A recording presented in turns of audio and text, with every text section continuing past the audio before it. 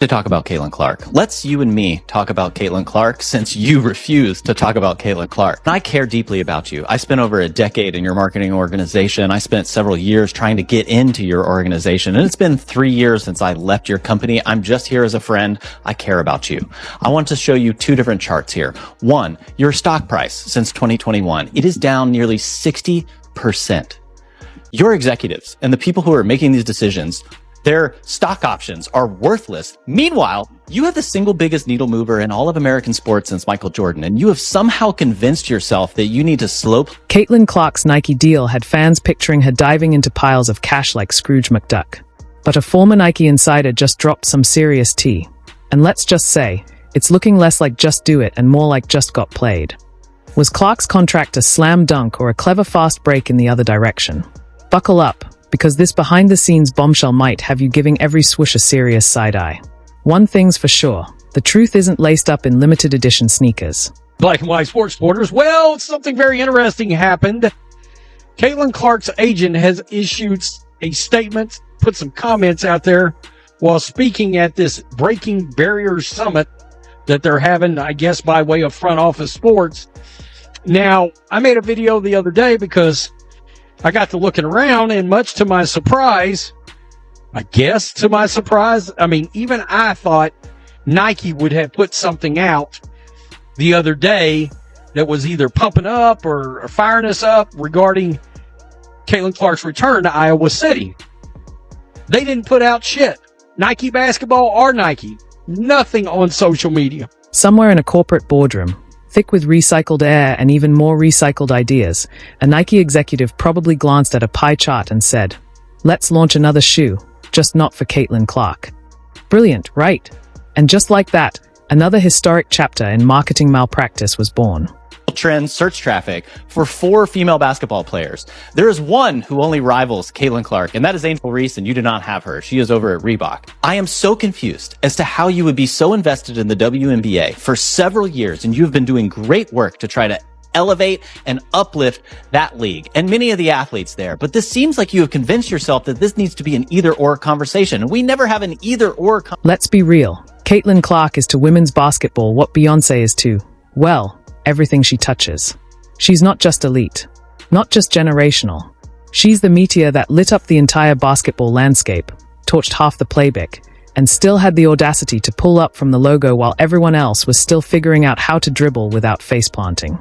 Finally came out. Caitlin Clark voted on by general managers, the best point guard, the best shooting guard, and the singular player they would start the franchise with. In the weird, insular WNBA, this has been a real struggle. You know the truth. And there's these people who are fans of indie bands, international soccer, and the WNBA. They have this gatekeeping mentality. We'll tell you who's great. Colin, I was watching the WNBA long before Caitlin Clark. Well, yeah, it's not my problem your social life was born. I can apologize for watching it when it got really interesting. She's packing. So what does Nike, the self-proclaimed deity of athletic sponsorship, do with this once-in-a-generation comet of a player?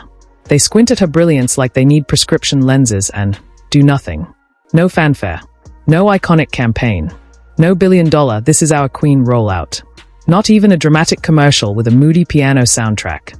Just a shrug, like she's some reliable bench player for a Latin U8 team, not the most electrifying force to hit women's sports in decades. Okay, so this is the article that he was talking about. I have just a piece of it. He was basically asking a question and then answering it, right? So it says, is it because Nike is too woke? He said, perhaps, but I think it's paralysis by analysis. I also think that inside the bubble, you can't see clearly.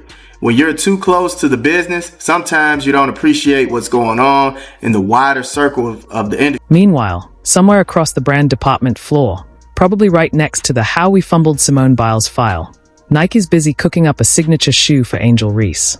Yes, that Angel Reese, whose biggest career highlight to date is going viral for mean mugging while her team got blown out like a $2 candle in a Chicago windstorm. Apparently, if you wave your hand in someone's face after a win and follow it up with double-digit losses, Nike won't just give you a shoe. they'll throw in a fruit basket, too. Tomorrow, we are going to get a Kobe Protro, apparently. I haven't heard much about it. It's going to be $190. Very few people will be able to get it, and that will be about a year after you have signed her and after she won Rookie of the Year. This is so confusing to me. I am so perplexed. It's almost comical. Caitlin Clark breaks Kelsey Plum's all-time scoring record. Yes, the Kelsey freaking Plum completely redefines what a guard can do, bends defensive geometry like a Jedi, and pulls TV ratings higher than most NBA games. You'd think Nike would take one look at that and go, oh hey, maybe we shouldn't treat her like she's on a two-way contract from the Glee League. But nope. Instead, they treat her like she wandered in off the street asking for free gear. Honestly, Caitlin should have dropped Nike faster than her release on a contested 3. Just yeet that contract into the recycling bin and let Adidas, Puma, or even Skechers battle to the death for the privilege of signing her. Because let's be real, New Balance would build her a temple, Adidas would scrap all future collabs and rename an entire department after her, and Puma would legally rebrand as Caitlin Clark Athletics and write it off as a marketing expense. Get it twisted, don't get it fucked up. Caitlin Clark is the reason why a lot of great things is going to happen for the WNBA. Yeah, the reason why we watching women's basketball is not just because of one person, it's because of me too, and I want y'all to realize that. She said it's not just one person, it's both of us. Angels team, right in Chicago. And their attendance, 6,000, 6,000, 12,000, 9,000, 8,000, 8,000, and then 17,000. Whoa! Why was it 17,000? Who she played? Who you think she played? But Nike took one look at the most electric college basketball player of our time and said, let's wait it out. Maybe the hype will fizzle. That's the branding equivalent of turning down Beyoncé to sponsor the backup harmonica player in a local jazz band. Caitlin Clark is the moment. And Nike's acting like she's one signature away from irrelevance. Let's rewind. This woman packed every arena she stepped foot in. She turned Iowa, yes, Iowa, into must-see primetime TV.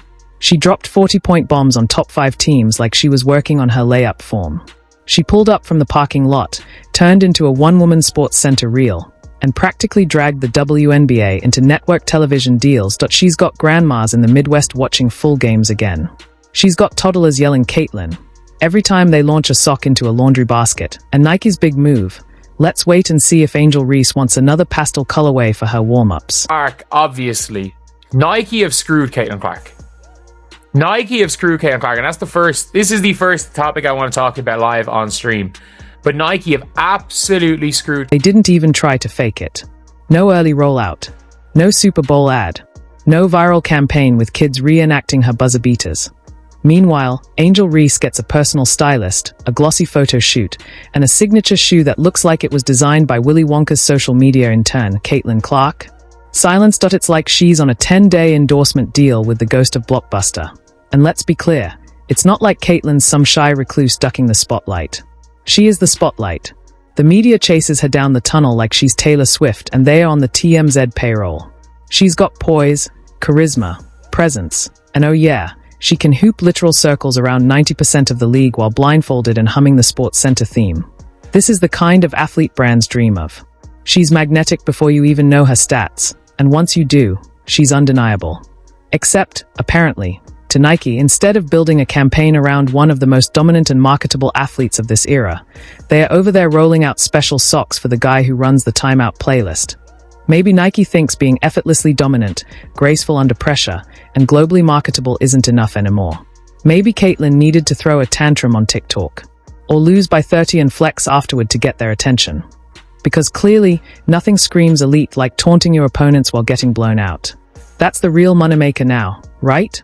I think with this being such a big game for Caitlin, her returning to her alumni in Iowa and her hitting that massive logo 3, the logo 3 during the game, that some of her sponsors would want to show her support on social media, do any sort of marketing to uplift her and uplift their brand. And one who did do that was Gatorade. They tweeted a photo of her and they said, "Real home court advantage. Welcome back to Iowa, Caitlin Clark." Now, one of her lead sponsors that was noticeably quiet yesterday was Nike. And a lot of people were tweeting about this. They were wondering, why isn't Nike and Nike basketball, why are none of their accounts saying anything about this? Yes, it's a Caitlin Clark doesn't need Nike. Nike needs Caitlin Clark. And the fact that this still needs to be said shows just how far the swoosh has drifted from understanding the moment. This isn't 1996. We're not in the golden age of Michael Jordan anymore. You don't get to coast on legacy while fumbling today's superstars like a nervous freshman point guard in crunch time. Caitlin was their layup. Wide open. No defender within 10 feet. And somehow, they bricked it off the backboard. And it's not just disrespectful, it's stupid. From a business standpoint, Caitlin Clark could sell ice to a snowman. She could market Crocs to NBA Execs and have them in PowerPoints by Friday. If she signed with New Balance tomorrow, they'd be the hottest brand in sports within 48 hours. Because people don't follow shoes anymore, they follow people. And right now, the person in women's basketball is Caitlin freaking Clark. She doesn't need some over-designed, overpriced, underperforming sneaker. Give her a clean, sharp silhouette. A logo, a shooting hand trailing flames. Drop it with her signature pull-up pose and a few Steph Curry tears in the background. Boom. Instant classic. Resellers weeping. Kids camping outside stores. Moms fighting in parking lots. That's the Caitlin Clark effect.